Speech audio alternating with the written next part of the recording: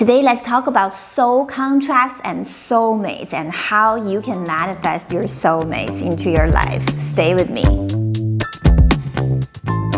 Welcome back to Choosing Gratitude. I'm Karen from ChoosingGratitude.net, and on this channel, we talk about everything related to manifesting your dream life. If you're new here, give this video a thumbs up, subscribe to the channel, and click that notification bell, and let's get started. The Valentine's Day is around the corner, so today let's talk about manifesting love. There's something very special about manifesting romantic love, which is the concept of soulmate or soul contracts. This past weekend, I was chatting with a client and she asked me, Karen, do you believe in soul contract? Do you believe that in some relationships, there is a purpose for that relationship, and when that purpose is fulfilled, the contract is ended? So not every relationship is supposed to, last a lifetime, right? So that does make some sense. However, I think it goes way beyond that. So first, let's talk about what is a soul contract and what is the concept of soulmate. And first of all, in order to honor the definition of soul contract or soulmate, you have to believe that your life is not just limited to this current physical reality. You have to believe that you are an infinite soul who has lived lifetime after lifetime, and there is a purpose for this infinite journey of your soul. And you may be believing in reincarnation or living in multiple realities at the same time. So if you can expand your thinking to, not just this one life, this one physical reality, then the concept of soulmate or soul contract start to make sense. Yes, you're not just a person living in this physical reality. As we're speaking, you have lived many, many, many lifetimes. Don't think that you are traveling through time all by yourself, right? As a lonely soul, you're not. You're never lonely. The universe always gives you soul companions. My guides are telling me that soulmates are not limited to these romantic relationships, and the concept of soulmate is also not like, this is my destined lover for life, like a very romantic concept. The soulmate concept simply means that these are your companions of the soul. So in other words, your parents, your friends, people who are very close to you, in a way, even your pets, animals, they're all your soulmates. In the eyes of the divine, love is never restricted to just romantic love or physical love, sexual love. Love is actually much, much broader than that. And my guides are telling me that if you can broaden yourself, if you can expand beyond your current physical reality, and also if you can expand your understanding of love to more than just this physical love or romantic love, then it's going to be much easier for you to manifest people who love you, because in that sense, when you broaden your horizon, you're also broadening how you view self-love. Because you know what?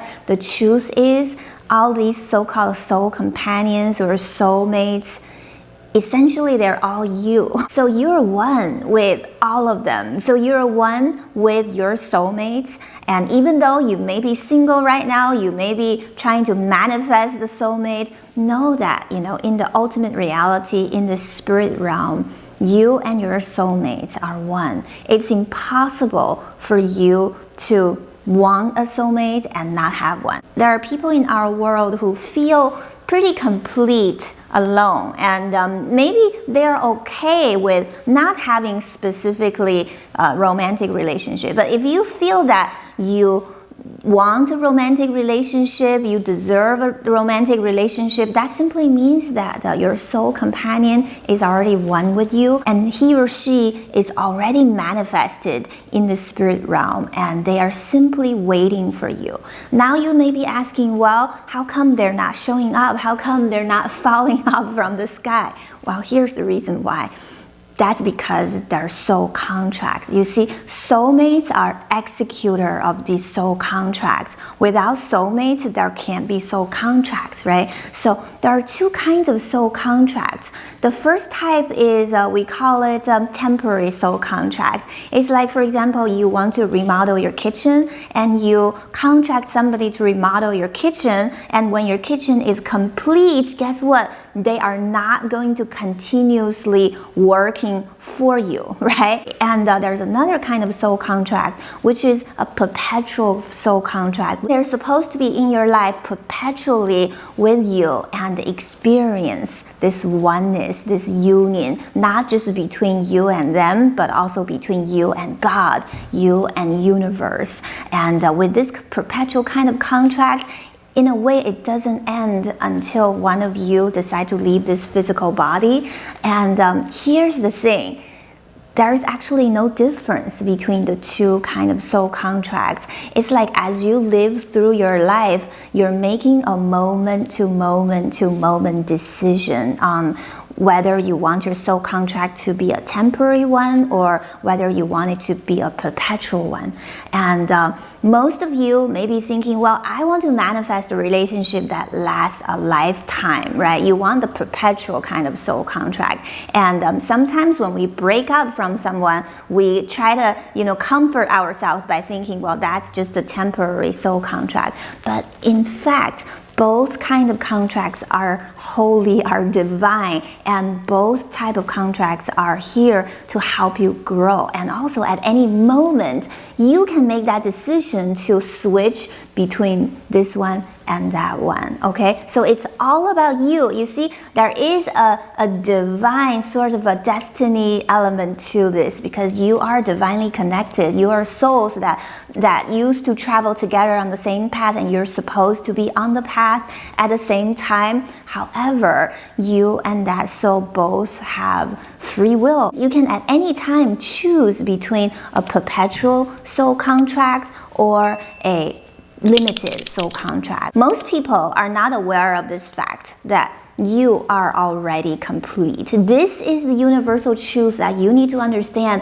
right before you decide to manifest your soulmate. Because if you're looking for someone to come into your life and complete you, if you feel not loved, and then you want someone to come into your life to love you, guess what? Oftentimes, what you manifest is a limited soul contract, meaning, that partner may come into your life and immediately point out the weakness, the sore spot in your inner psyche. So that's something that's so tricky about romantic relationship, because this is the only kind of relationship that can be heaven, that can be hell, right? When you are aware and living the truth that you are one with the universe, you are one with your soulmate already, that you are already complete, guess what? You're gonna attract someone into your life. That is the soulmate who's going to experience the completeness with you, who's gonna celebrate your life with you. But if you believe that you are incomplete, you're lonely,